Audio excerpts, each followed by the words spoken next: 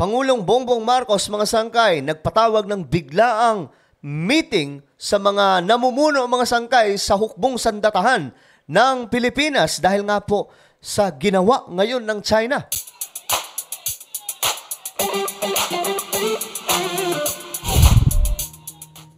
Bago tayo magsimula, mga sangkay, pakisubscribe po muna yung ating channel.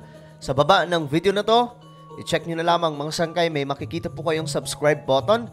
Pindutin nyo lamang po yan, then click the bell and click all. Ulitin ko, click the subscribe down below, click the bell and click all. At kung kayo ay nanonood sa Facebook, huwag nyo pong kailimutan na i-follow ang ating Facebook page. So ito mga sangkay, no? Nagpatawag ng emergency meeting ang ating presidente.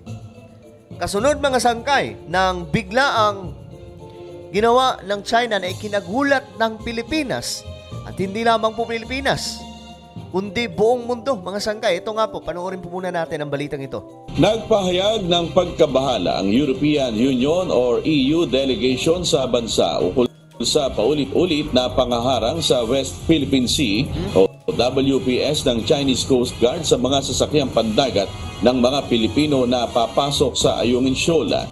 Sa isang pahayag, sinabi ni EU Ambassador to the Philippines Luke Beron nitong linggo, October 22, na sila'y nakikisa sa Pilipinas sa kanilang panawagan para sa buong pagsunod sa mga batas pang-internasyonal sa South China Sea. Ibinigay ang pahayag matapos matanggap ang ulat na isang barko ng Chinese Coast Guard ay muling nagsasagawa ng mapanganib na maniobra sa loob ng Exclusive Economic Zone ng Pilipinas na nagdulot ng banggaan sa isang barkong military contracted habang ito ay regular na nagpapalit ng tauhan. Okay. So, nakaraan pa ginagawa yan ng China, mga sangkay, no? Na binabangga, ano ba tawag doon? Hinaharang po nila yung kanilang sasakyan para mangyari mabangga ng Philippine Coast Guard at sa mga barko na naghahatid po ng supply doon po sa barkong nasira mga sangkay, dyan po sa may Ayungin. Ngayon, itong China, inaano na tayo, dinudot-dot na po talaga tayo. Pinipiga na po tayo. Masyado na po itong namimihasa ang mga sangkay. Ngayon, ang nangyari, may isa pong barko ng Pilipinas binangga nitong China Coast Guard. At ang nakakatawa nga po dyan, todo paliwanag yung Chinese leaders at sinasabi po nila na Pilipinas daw po yung bumangga. Ang bihira yan. Niloloko tayo nitong China eh. May video na nga eh. Yung nilabas pang video mga sangkay, klaro doon na hinaharangan po ng China Coast Guard itong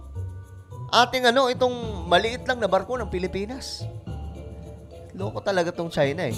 Ngayon, eto mga sangkay, si President BBM nagpatawag po ng isang malaking meeting para po sa mga matataas na opisyal ng kasundaluhan natin. Ayan, President Ferdinand Marcos Jr.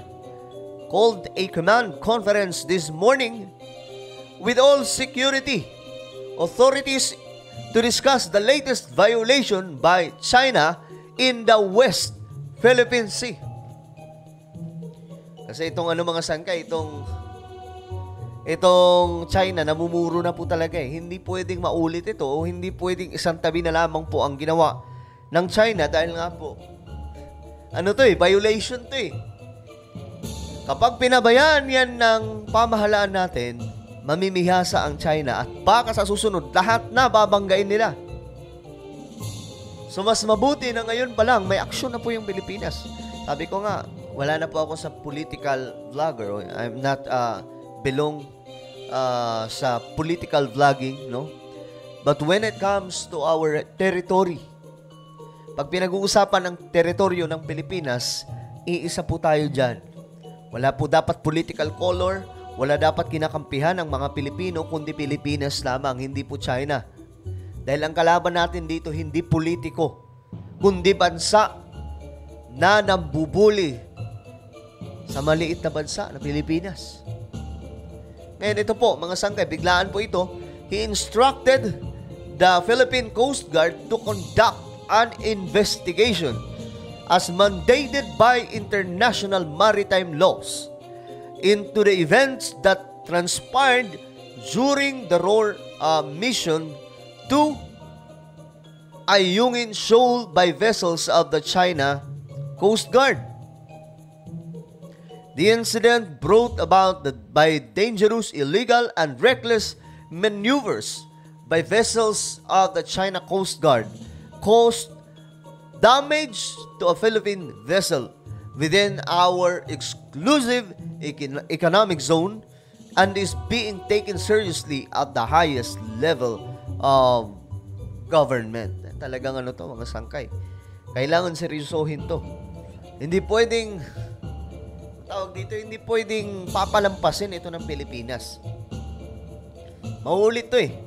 Ulit-ulitin lang to. Ngayon, mga sangkay, ito yung mga komento ng mga kababayan natin. No? Tingnan po natin. Thank you for taking the latest incident, national concern, seriously, involving the no less than the Commander-in-Chief and the heads of military and civilian government. Okay. Ay, paano na? Sabi ng isa. Nagbibingi-bingian at nagbubulag-bulagan ng gobyerno ng China.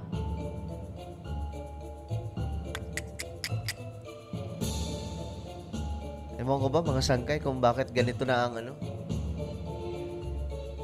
Talagang namumuro na yung China eh. Nasa loob po ng ano, imagine niyo, nasa loob po yun ng exclusive economic zone ng Pilipinas.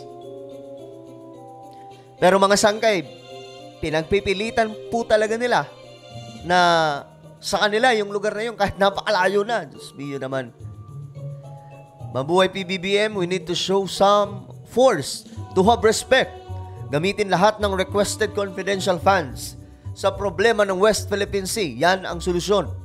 Puro na lang investigation. Do something different. Bumili kayo ng barko na pambangga sa mga...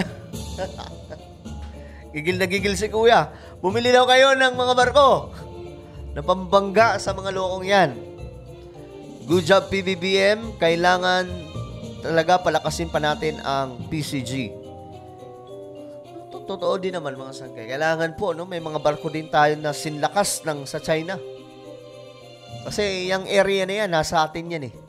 Tapos yung China na nakapamasyal ng malaya sa lugar na kung saan sakop ng Pilipinas at hindi lamang nakakapamasyal ng malaya, gumagawa po ng mga kalokohan. Tapos inaangkin pa. Di ba naman may mga sapak po yan sa kukote? Diba? Please stand your ground, Philippines. Do it the Indonesian way if you have the balls. Let's talk. No press conference but with action. Kaso di uubra sa Pilipinas kasi mawawala ang papogi effect. Baga sabi po ni LD Santos, gawin nyo yan. Wala pong video, wala pong camera, wala pong press conference. Gawin nyo na aramin ang China nang wala pong binabalita. Baga, mas okay yung may action. Kaso daw, sabi po niya, mawawala nga lang yung ano dito. Mawawala nga lang yung mga papogi points ng ilan dyan na hinihintay lamang daw yung interview. May punto rin, mga sangkay. Much better if diplomatic protest na lang where China could only laugh and laugh and laugh. Puro ito na lang lagi ginagawa. Kasawa na. O, diba, mga sangkay? Dapat ano na daw? Barasahin na itong China. I think it's time for the president to talk with the Chinese president to resolve this case. Usapan na naman. Above all, nobody can really initially defend our national interests except the Filipinos themselves only. If we keep our silent, China's bullying will not stop and further increases. It's time to show solidarity. Ngayon, mga sangkay, ang kailangan po talaga dito ng Pilipinas is tayo mismo, magkaisa tayo.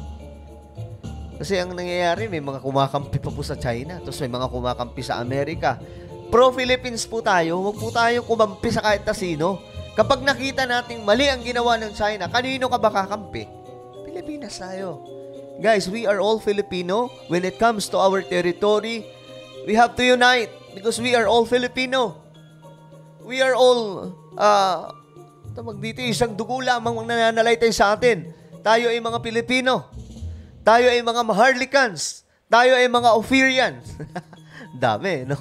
Yan kasi yung mga lumalabas na pangalan daw ng Pilipinas. Maharlika, tapos may ilan naman, Ophir. So, meron po tayong isang bansa. Dapat isang diwa po tayo, isang lakas, united po tayo when it comes to our territory. So, ano po ang inyong opinion, mga sangkay? Just comment down below. And now, guys, I invite you, please subscribe my YouTube channel, Sangkay Revelation. Napin niyo lamang po yan sa YouTube, then click the subscribe, click the bell, and click all. Ako na po ay magpapaalam hanggang sa muli. This is me, Sangkay Janjan. Palagi niyo pong tatandaan that Jesus loves you. God bless everyone.